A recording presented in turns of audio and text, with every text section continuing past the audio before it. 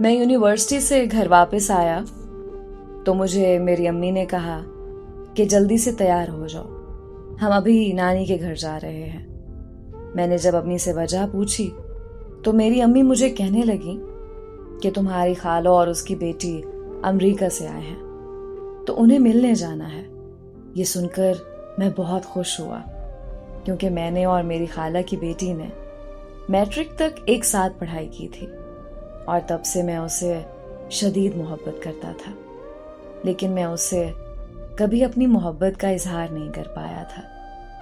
Matric करने के बाद वो अपनी अम्मी के साथ अमेरिका चली गई थी तो मेरी उससे कभी मुलाकात या बात नहीं हो पाई थी। इसलिए मैं बहुत खुश था क्योंकि मैं उससे 5 साल बाद मिलने वाला था। मैं तैयार होकर अम्मी के साथ नानी के यहाँ चला गया। वहां पहुंचकर मैंने जब उसको देखा तो मैं देखता ही रह गया। वो पहले से भी ज्यादा पुरकशिश और खूबसूरत हो चुकी थी। दुआ सलाम करने के बाद मैं कॉल सुनने के लिए छत पर गया तो वो भी मेरे पीछे छत पर आ गई और मेरा हाथ पकड़कर कहने लगी, क्या तुम मुझसे शादी करोगे? मुझे लगा कि शायद वो मजाक कर रही है। फिर उसने मुझे बताया कि वो बचपन से ही मुझसे मोहब्बत करती है और वो खास मेरे लिए ही पाकिस्तान आई है। ये सुनकर मुझे बहुत खुशी हुई। मैंने खुशी खुशी हाँ कर दी।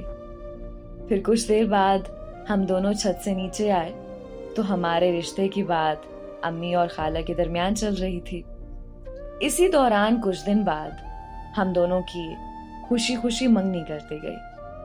मंगनी के बाद वो लोग दोबारा अमेरिका वापस चले गए। खाला ने कहा कि वो लोग 1 साल बाद वापस आकर हमारी शादी करवाएंगे। हम दोनों फोन पर दिन रात बातें करने लगे। ऐसे ही बात करते करते 1 साल गुजर गया और वो 1 साल बाद पाकिस्तान वापस आए तो किसी बात पर खाला और अम्मी की आपस में लड़ाई हो गई और मेरी खाला ने रिश्ते से साफ इनकार कर दिया कि वो अपनी बेटी की शादी मुझसे नहीं करवाएंगी और वो सब वापस अमेरिका चले गए। मेरे सारे ख्वाब टूटकर चिकनाचूर हो चुके थे। अमेरिका जाकर उसने मुझे कॉल की और वो रोने लग गई। मैंने उसे दिलासा दिया कि सब ठीक हो जाएगा, तुम फिक्र मत करो। और फिर हम दोनों अम्मी और खाला की सुलह होने का इंतजार करने लगे। पूरा 1 साल ऐसे ही गुजर गया लेकिन अम्मी और खाला की सुलह नहीं हुई। फिर एक दिन उसने बताया कि वो सब मामू के घर पाकिस्तान आ रहे हैं। तब मैं अम्मी के पाँव में बैठकर रोने लगा। मैंने अम्मी से कहा कि प्लीज अम्मी, खाला से सुलह कर लें। अम्मी ने मुझसे वादा किया कि वो खाला से सुलह कर लेंगी। मैं बहुत खुश हुआ और उनके पाकिस्तान आने का इंतजार करने लगा। जैसे ही वो लोग पाकिस्तान आए तो मुझे पता चला कि उसकी शादी मेरे मामू के बेटे से होने जा रही है। ये सुनते ही मेरे पैरों तले से जमीन निकल गई। मैंने उसको कॉल की तो उसका नंबर मुसलसल बन जा रहा था। अम्मी के लाख रोकने के बावजूद भी मैं मामू के घर चला गया।